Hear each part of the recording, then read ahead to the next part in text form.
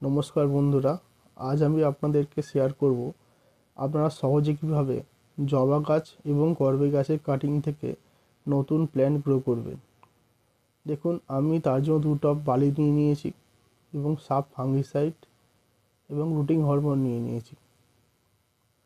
আমি জবা গাছের কাটিং আর করবী গাছের কাটিংগুলো নিয়ে নিয়েছি। দেখবেন করবী গাছ এবং জবা গাছের যে কাটিংগুলো নিয়েছি তার গোড়াগুলো আমি হালকা চেঁচে দিয়েছি, কারণ এই চাষা থাকলে এতে যদি আমরা রুটিং হরমোন লাগিয়ে বালিতে প্রতিস্থাপন করি তো খুব তাড়াতাড়ি রুট আসতে সাহায্য করবে।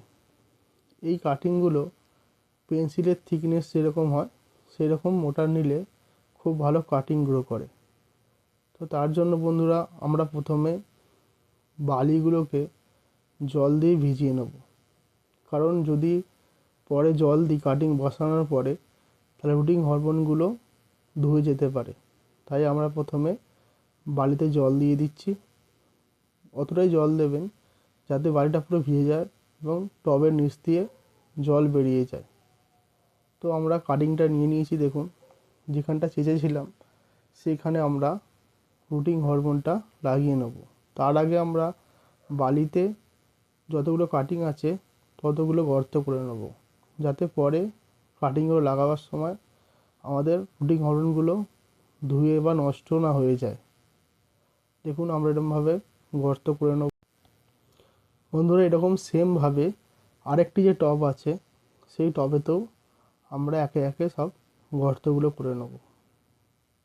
দেখুন, এইভাবে কাটিং যে নিয়েছিলাম তার আগার দিকটা দিয়ে গর্ত করে নিতে হবে আমাদেরকে।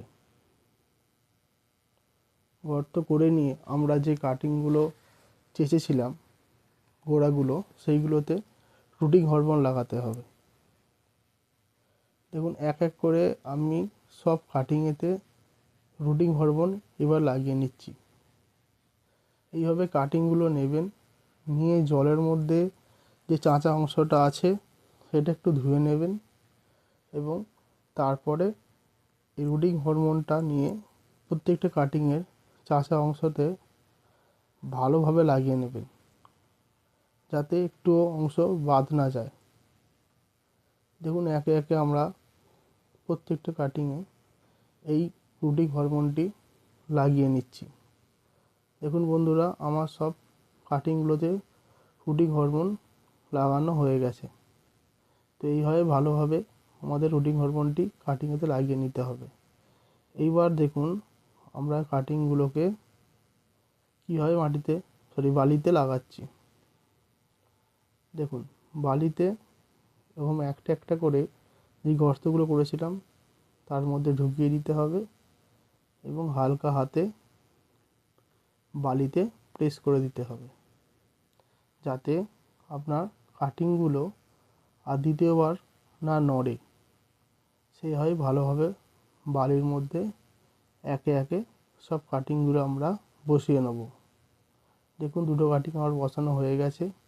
আর একটা করবী গাছের কাটিং আমি বসিয়ে নিচ্ছি। এইভাবে বন্ধুরা ভালোভাবে বসিয়ে নিতে হবে আর বালিটা হালকা হাতে প্রেস করে ঠিকঠাক করে সেট করে নিতে হবে। এখন এইভাবে আমি করবী গাছের সব ডালগুলি কাটিংগুলি বসিয়ে নিলাম।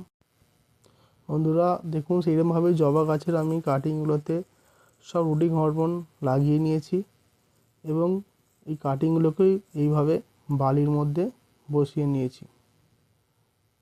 ভালোভাবে বালির মধ্যে কাটিংগুলোকে সেট করে দিতে হবে, যাতে পরে না নড়ে যায়।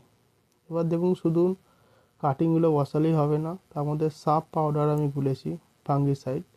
সেটা গুলে ওপরে যে কাটা অংশগুলো আছে সেগুলোতে ভালোভাবে লাগিয়ে দিতে হবে, যাতে পরে ফাঙ্গাসের প্রবলেম না আসে।